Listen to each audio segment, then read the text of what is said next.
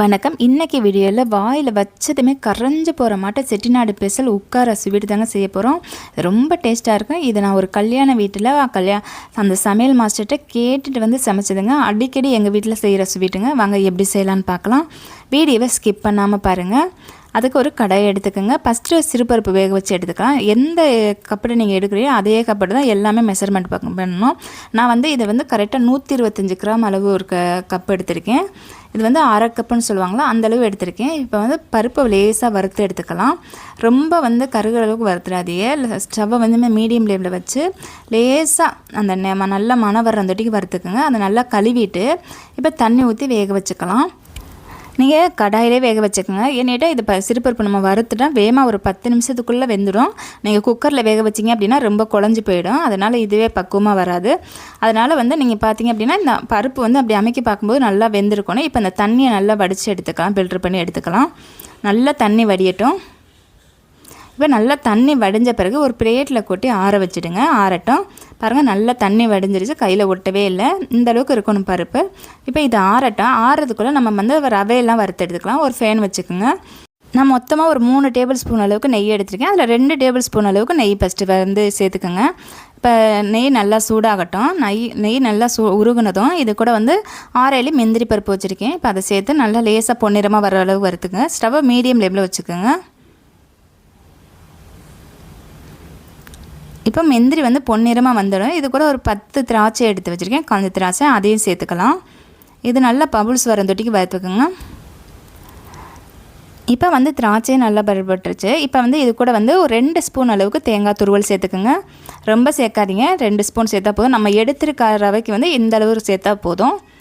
இப்போ நல்லா தேங்காய் ரொம்ப நேரம் வறுக்க வேணாம், லேசாக வறுத்தா போதும். இப்போ ஒரு நிமிஷத்துலேயே நமக்கு தேங்காயும் வறுபட்டுரும். அப்போ எல்லாத்தையும் வறுத்ததெல்லாம் வேறு பிளேட்டில் மாற்றிடுங்க. இப்போ மாற்றியாச்சு. இப்போ ஏற்கனவே 3 டேபிள் ஸ்பூன் நெய் எடுத்ததில் 2 டேபிள் ஸ்பூன் சேர்த்துட்டு 1 டேபிள் ஸ்பூன் நெய் வச்சுருக்கோம்ல, மீத நெய் அதில் சேர்த்துக்கலாம். சேர்த்துட்டு இப்போ ரவா சேர்த்துக்குங்க. அதே ஒரு கப் அளவு, நம்ம எந்த கப்பு எடுத்தோமோ அதே ஒரு கப் அளவுக்கு ரவா சேர்த்துக்குங்க. இப்போ இந்த ரவா நல்லா வறுத்து எடுத்துக்குங்க. நல்லா மணம் வரந்தொட்டிக்கு வறுக்கணும். நல்லா ரவா நல்லா மணனாக வரணும். ஒரு 2 நிமிஷம் 3 நிமிஷத்துக்கு நல்லா மீடியம் லெவலில் வச்சு வறுத்துக்குங்க. இப்போ நல்லா வறுபட்டுருச்சு ரவா. இப்போ நம்ம எந்த கப்புட்டு ரவா எடுத்தோமோ அதுட்டு 3 கப் அளவுக்கு நான் சுடுதண்ணி வச்சுருக்கேன். லேசாக நீங்கள் சுடுதண்ணி ஊற்றியில் தெரிக்க தள்ளி நின்று லேசாக ஊற்றி விடுங்க. ஸ்டவ்வை லோ ஃப்ளேம்லேயே வச்சு நல்லா கிண்டி விடுங்க. ஸ்டவ்வை மீடியம்லேயே ஹைலேயே வச்சுடாதீங்க. ரவா நல்லா வேகணும். நல்லா கரண்டி வச்சு கட்டிகள் எதுவும் இருந்தது அப்படின்னா கரண்டியால் இது பண்ணி விடுங்க. இப்போ என்ன பண்ணுங்க அப்படின்னா, ஸ்டவ் லோ ஃப்ளேம்லேயே இருக்கட்டும். ஒரு மூடி வச்சிடலாம். ரொம்ப நேரம்லாம் மூடி வைக்க வேணாம். 1 நிமிஷம் மட்டும் மூடி வச்சிடலாம்.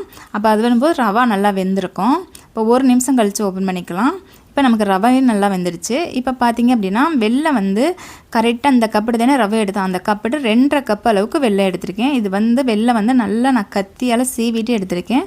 அதனால் நமக்கு வேகமாக கரைஞ்சிடும். உருக்கிடலாம் நம்ம தண்ணியில் போட்டு கரைச்சிட்டுலாம் சேர்க்க வேணாம். அப்படியே சேர்த்தோம்னா தான் நமக்கு கரெக்டான அளவுகள் கரெக்டாக இருக்கும்.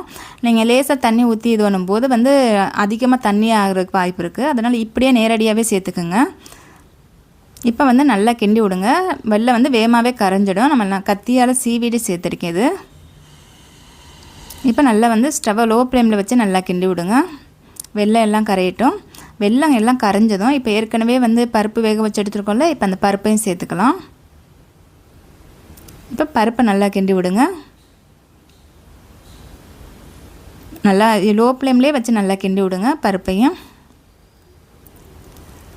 நமக்கு இந்த பக்குவத்துக்கு வந்த பிறகு ஏற்கனவே வறுத்து வச்சுருக்கோம்ல திராட்சை, முந்திரி, தேங்காய் அதெல்லாம் இதில் சேர்த்துக்கலாம். இப்படியே இருக்கட்டும். ரொம்ப கட்டியாலாம் அங்கே வேணாம். நம்ம பருப்பெல்லாம் சேர்த்துருக்கனால கொஞ்சம் நேரத்தில் நமக்கு ஓரளவுக்கு நல்லா இறுகி வந்துடும், கரெக்டான பக்குவத்துக்கு வந்துடும். அதனால் இப்போ சேர்த்துக்குங்க. இது கூட 3 ஏலக்காய் நச்சுட்டு நான் சேர்த்துக்கிறேன். நீங்கள் ஏலக்காய் பொடி இருந்தது அப்படின்னா 1/4 டீஸ்பூன் அளவுக்கு பொடி சேர்த்துக்கோங்க. இப்போ இதே நல்லா சேர்த்து கிண்டி விடுங்க. இப்போ கிண்டியாச்சு. இப்போ பார்த்தீங்க அப்படின்னா நம்ம பருப்பு சேர்த்துருக்கனால கொஞ்சம் ஆறின பிறகு லேசாக கட்டிப்படுறதுக்கு வாய்ப்பு இருக்குது, கட்டியாகிறதுக்கு வாய்ப்பு இருக்குது. அதனால் என்ன பண்ணிவிடுங்க, இதில் 2 டேபிள் ஸ்பூன் அளவுக்கு எண்ணெய் எந்த வாசனையும் இல்லாத எண்ணெயாக சேர்த்துக்குங்க. இப்படி சேர்க்கும்போது என்னென்னா நீங்கள் இப்போ காலையில் செஞ்சிங்கன்னா கூட நைட்டு வரையிலும் உங்களுக்கு அதே பக்குவத்தில் தான் இருக்கும். காலையில் வரை கெட்டும் போகாது. உங்களுக்கு பருப்பு சேர்த்துருந்தா கூட இதே பக்குவத்தில் செய்யும்போது எங்கள் ஊரில் எல்லாம் நைட்டே செஞ்சுடுவாங்க காலையில் டிஃபனுக்கு. இந்த ஸ்வீட்டு ஸ்டவ் ஆஃப் பண்ணிவிடுங்க, அப்படியே வைங்க. ஒரு 10 நிமிஷத்தில் பார்த்தீங்க அப்படின்னா உங்களுக்கு நல்ல ஒரு கரெக்டான பக்குவத்துக்கு வந்துடும். ரொம்ப கெட்டியாக ஆகலாம் வேணாம். இப்போ பார்த்தீங்க 10 நிமிஷம் கழித்து பார்க்கலாம் பாருங்கள், எப்படி இருக்குது பாருங்கள். அல்வா மாட்டம் இருக்குங்க, ரொம்ப டேஸ்ட்டாக இருக்கும். வாயில் வச்சதுமே கரைஞ்சி போகும். இதே பக்குவத்தில் செஞ்சு பாருங்கள், ரொம்ப நல்லாயிருக்கும். இந்த வீடியோ பிடிச்சிருந்தது அப்படின்னா என்னோடய சேனலை சப்ஸ்கிரைப் பண்ணிடுங்க, உங்கள் ஃப்ரெண்ட்ஸுக்கும் ஷேர் பண்ணுங்கள். இந்த வீடியோ எப்படின்னு சொல்லி கமெண்ட் பண்ணுங்கள், லைக் பண்ணுங்கள். நன்றி. அடுத்த வீடியோவில் பார்க்கலாம்.